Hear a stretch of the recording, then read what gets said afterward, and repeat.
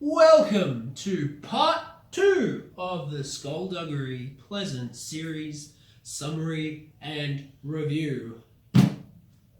We're just gonna kick it right off because there's a lot to get to. So we're just gonna kick it right off. And we're gonna start with the 7th installment of the series, Kingdom of the Wicked.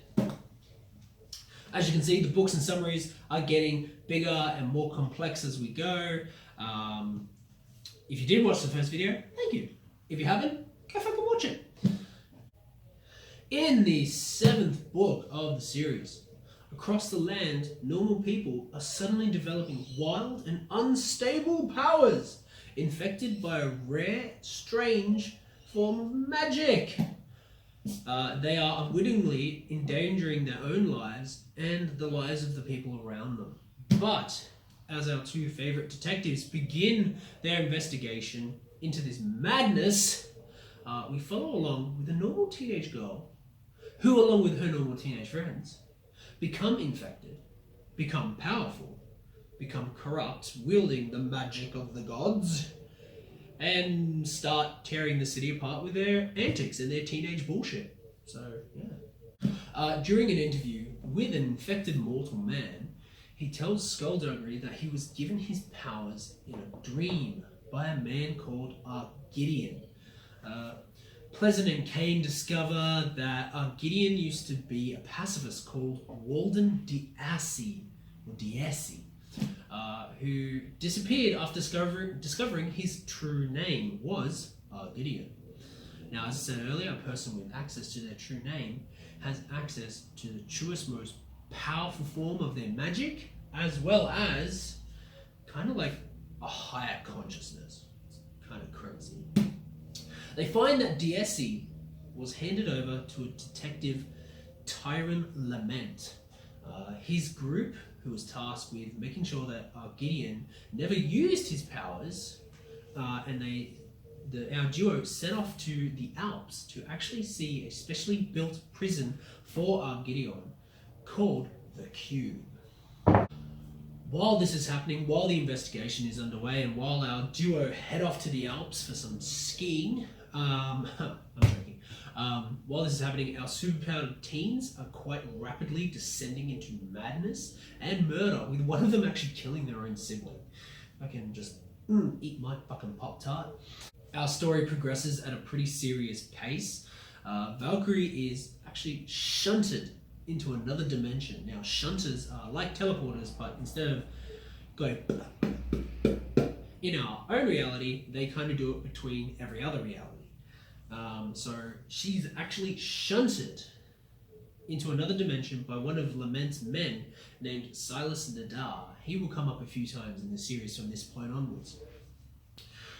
She ends up in a dimension where Malevolent still exists, and he actually won the magical war. He ended up enslaving all non-magical people and having sorcerers rule the world. On her return to her own reality, the Sanctuary develops a plan to actually go back and retrieve their version, go back into the other dimension and retrieve that dimension's version of the Scepter of the Ancients. And they want to use it to actually erase Gideon from existence, because the Scepter of the Ancients, used on anything of basically a normal mortal power level, will just obliterate them from existence. What happened to the first one? Read the book, find out. Our duo are essentially shunted back into the alternate universe that they dub Kingdom of the Wicked. Yes, it's in the title. And enlist their version, and by their version I mean the alternate universe version, of Nefarian Serpine to guide them to Malevolent's palace and take the scepter. Once they're back in our dimension, the Sanctuary then attacks Gideon, rendering him temporarily unconscious, only for Katina, one of our wild magic teens, who had joined us after the murder of her friend and her friend's sibling, actually reveals her true colours and betrays them. She turns on us. Yeah, she's still crazy. She's still got all that magic flowing through her. She wants to do the right thing, but her mind's being slowly fried and melted by it. Valkyrie and Skulduggery take on the personas of Lord Vile and Dark Quest to actually be able to defeat her. But Dark Quest, in the battle, actually gets shunted back into the Kingdom of the Wicked by Silas Nadar. And once in the alternate dimension, Mevlin actually finds her and they have this massive fucking fight, and he almost succeeds in killing her. He wields something called a god-killing weapon. Pretty self-explanatory, that one. And it just gives testament to his power, not only to wield the weapon, but also just to fight her one-on-one. But she does escape. She does escape, and she ends up returning back into our dimension. She kills Katina, poor Katina, and once again goes head-to-head with Lord Vile. They love just fucking beating the shit out of each other.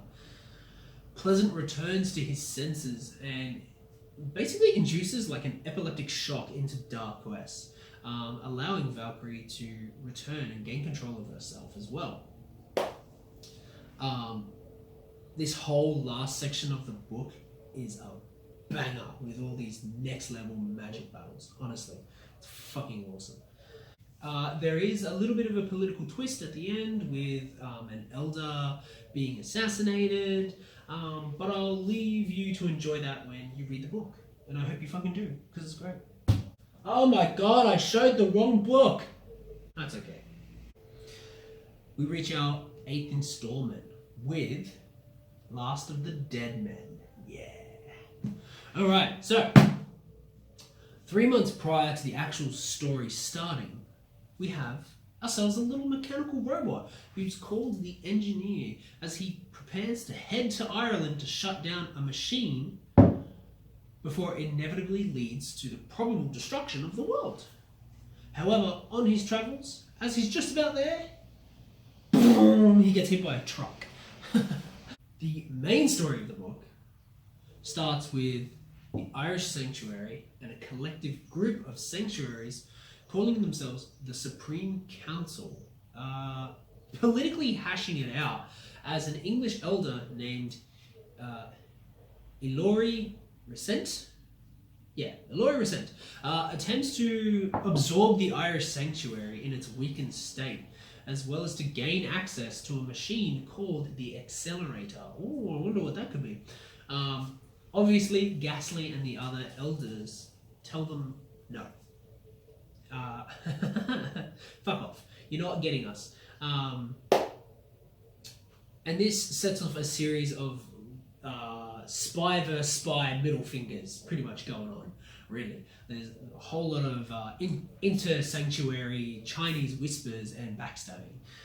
And this kind of, like, all this kind of espionage shit really kicks off straight away with Elder Ghastly Bespoke, all style, follows people who are actually spying on him to the Accelerator, where a man named Bernard Salt and other Supreme Council members are planting explosives to destroy the device. Ghastly absolutely kicks their ass. And Ravel and a whole bunch of... Ravel, which is one of our other elders, I should clarify, a whole bunch of cleavers and sanctuary agents all rock up to arrest the mages and, more importantly, arrest Salt as well. He's a key figure in this. He's a key figure.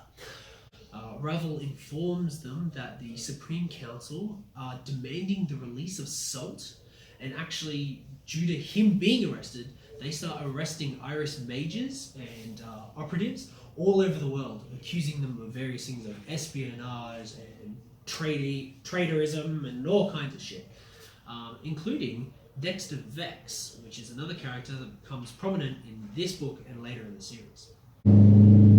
Due to an incident with the Irish agents actually being murdered by Supreme Council members whilst in custody in America for crimes they actually hadn't committed, the tension rises politically to really like next level shit, like the 11th hour kind of shit.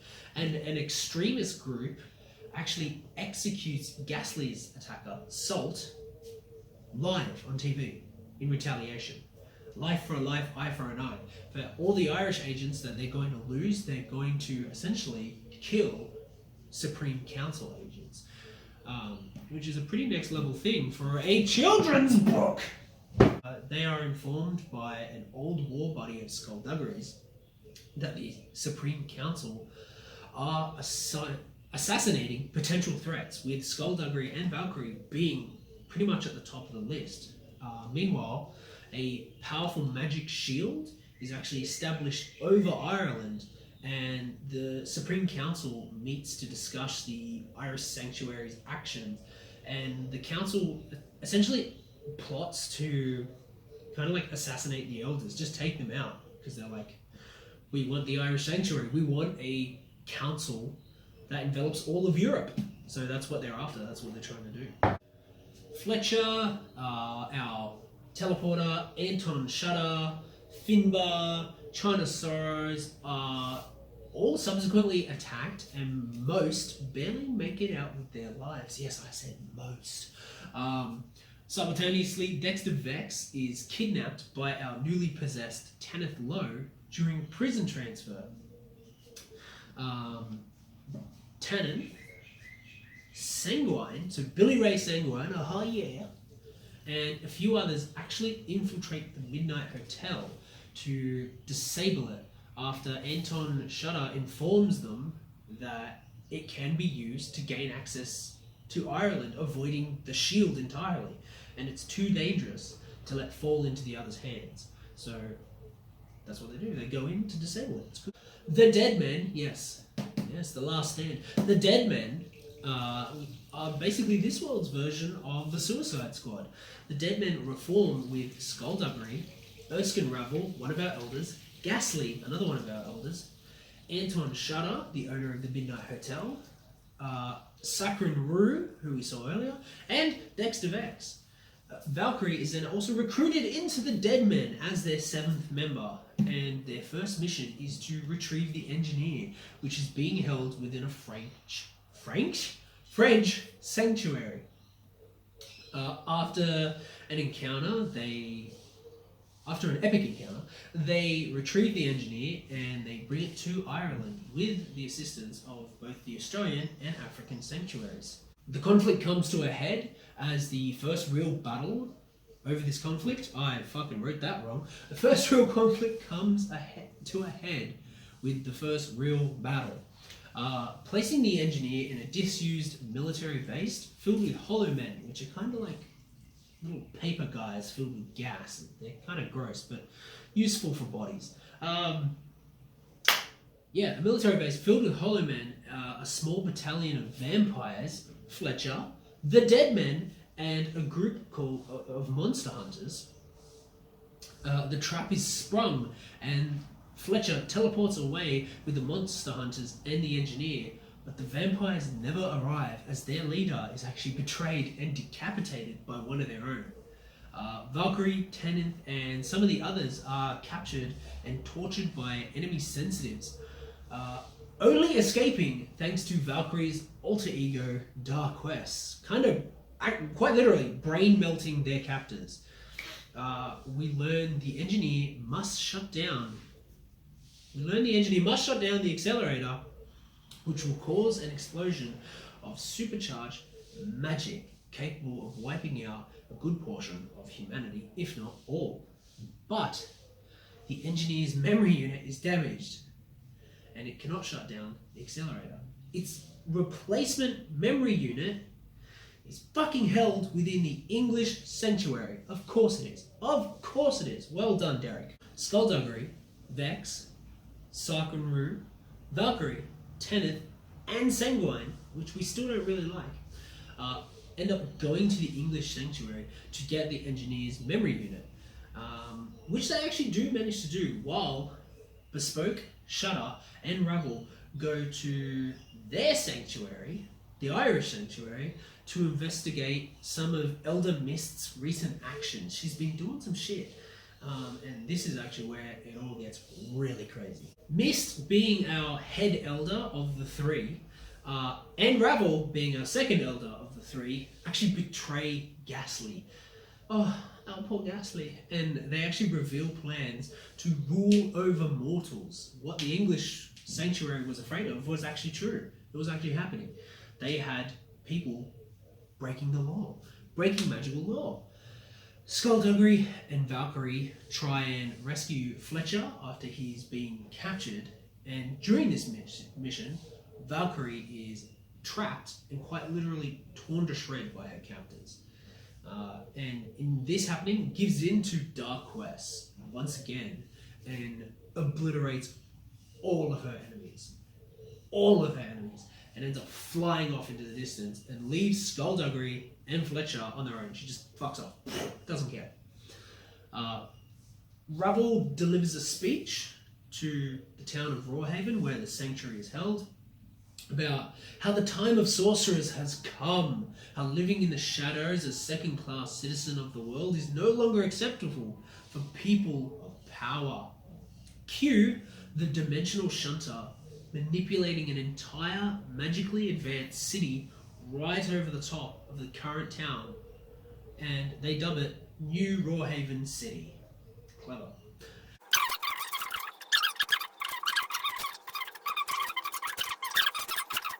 This is actually when all hell breaks loose, as the city is attacked by a group of warlocks. Yes, warlocks, we're back! I did leave them out. Too much plot would be given away if I put them in. But the warlocks are back and they're attacking the city. The Irish sanctuary refuses to actually fight for Ravel after the fact that he betrayed one of his own. He betrayed Ghastly and they won't forgive that. So Ravel actually lets Skulduggery take charge and lead in order to protect the city. The Supreme Sanctuary, or the Supreme Council, sees this opportunity to dismantle this giant clusterfuck once and for all, sending in a cloaked goon squad essentially to try and bring down the enemy structure, the enemy hierarchy from within. Ravel has one last attempt at fulfilling his dream and sends a team to actually activate the accelerator before it's shut down for good. And while the city and all our favourite characters are trying to defend their home, Dark Quest literally just floats in and kills every single person that physically crosses her path. Like literally just goes nuts. Skulduggery and China go after Elder Ravel and Elder Mist, and kill them both in the most awesome and brutal of fashion. Skulduggery actually ends up using necromancy, and China basically sacrifices herself by being engulfed in magic flame and then latching onto Mist. Oh, so cool, so cool. But only as Dark Quest arrives, using a very strange magic to actually keep Ravel alive. But she wants to keep him alive and in a state of constant, horrific agony.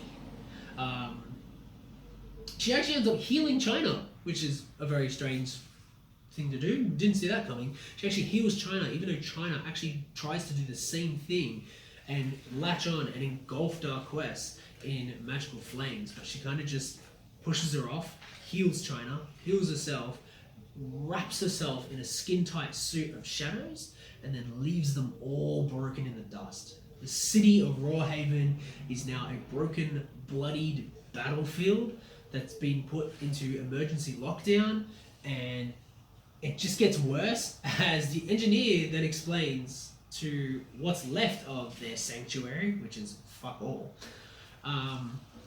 that once activated, the only way to stop the accelerator so it can actually be dismantled for good this time is by sacrificing a willing soul to it, or a soul willingly given to the machine within the next 23 days before it's done charging and it explodes. So as you can tell, I'm not quite finished because there's still like a stack of 4 books behind me. So there's actually going to be 3 parts to this, not 2.